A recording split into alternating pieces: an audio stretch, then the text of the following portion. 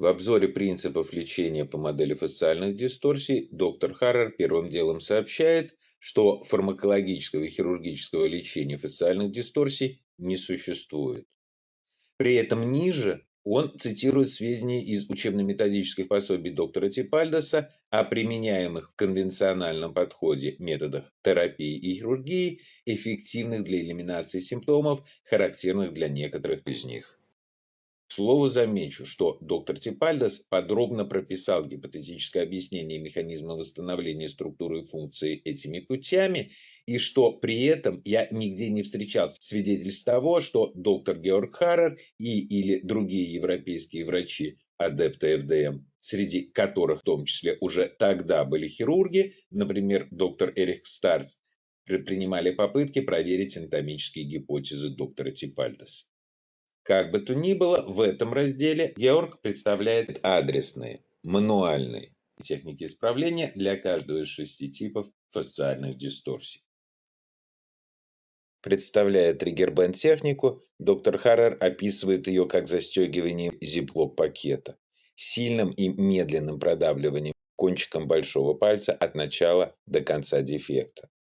Насколько сильным и насколько медленным должно быть такое воздействие, он не поясняет, что, в общем-то, понятно, так как определить эти характеристики в условии игнорирования пальпаторных данных действительно неясно. Примечательно здесь. Георг отрицает типичность хода триггерных тяжей, но пишет о типичности локализации их мест начала и окончания. Противореча сказанному выше, он сообщает, что триггерный тяж можно пропальпировать на всем его протяжении, но традиционно закругляет тему фразой, что при коррекции триггерного тяжа прежде всего следует ориентироваться на комментарии пациента, озвучиваемые им в процессе лечения, исходя из его субъективных соматических ощущений. В случае, если лечение триггер-бенд-техникой не повлияло на ситуацию, доктор Харрер советует повторить воздействие в обратном направлении.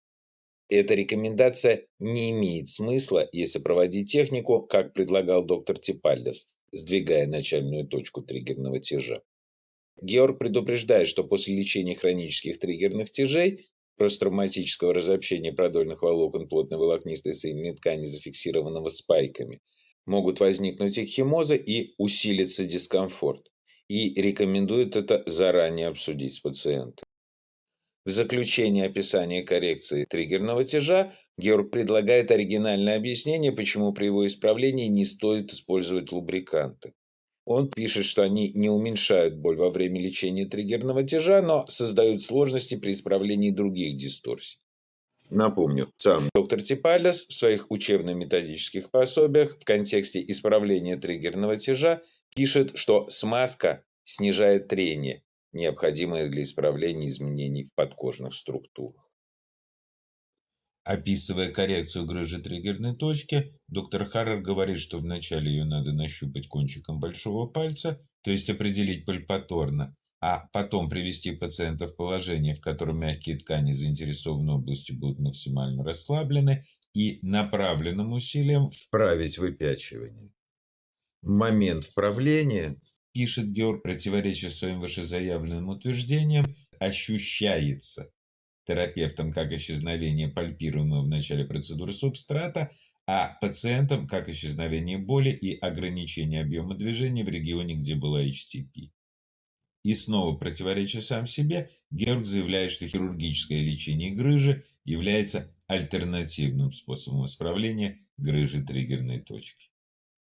Коррекция континуум дисторсии. В этом подразделе доктор Харрер пишет о подтипах континуум дисторсии, но при этом заявляет тракцию и адресную компрессию области перехода равнозначными способами восстановления ее равномерной пластичности. Преимуществами первой он называет безболезненность, отсутствие необходимости в доступе и большого усилия со стороны врача. А описывая последнюю, пишет про пальпаторно ощущаемый терапевтом релиз. Исчезновение у врача ощущения неровности под пальцем, после наступления которого пациент больше не может спровоцировать симптоматику, характерную для континуум дисторсии. В подразделе, посвященном исправлению фолдинг-дисторсии, Георг разделяет лечение анфолдинга и рефолдинга, Для коррекции анфолдинга он предлагает производить осевое растяжение сустава до щелчка, а для исправления рефолдинга – осевую компрессию сустава до щелчка. Он подчеркивает, что исправление фолдинг-дисторсии в суставах, про фолдинг-дисторсию в межмышечных перегородках и межкостных мембранах доктор Харрер в этой статье не упоминает, всегда безболезненно для пациента. При этом далее он пишет о том, что если пошагово известно направление сил, воздействие которых привело к образованию фолдинг-дисторсии, верным алгоритмом ее лечения будет воспроизведение событий, приведших к травме. Что-то типа клин клину вышибают. Но снова акцентирует внимание на том, что лечение фолдинг-дисторсии не должно вызывать у пациента дискомфорт. Он также сообщает, что в одном суставе, замечая, что чаще это имеет место в блоковидных суставах, анфолдинг и рефолдинг могут иметь место одновременно. Но на что ориентироваться в выборе направления коррекции в этом случае не обозначает. Говоря об исправлении цилиндрической дисторсии, Георг определяет ее как спайки в коже или спаивание кожи с подлежащими тканями, которые разрушаются их растяжением, то есть смещением кожи в разных направлениях. Он называет цилиндрическую дисторсию и единственной дисторсией, которую техники ее исправления, проводимые слишком долго или слишком интенсивно, могут ее усугубить. Перед тем, как приступить к исправлению тектонической фиксации, пишет доктор Харрер, необходимо исправить все фасциальные дисторсии, которые к ней привели. После на мелких суставах он рекомендует проводить манипуляцию, а на крупных – мобилизацию. Эти приемы призваны разлепить суставные поверхности, что должно привести к восстановлению возможности движения в принципе, которое в свою очередь запустит рециркуляцию синовиальной жидкости внутри заинтересованного сустава. Ниже Георг сообщает о пользе для исправления тектонической фиксации прогревания, вакуум-терапии и внутрисуставных инъекций, аналогов синовиальной жидкости.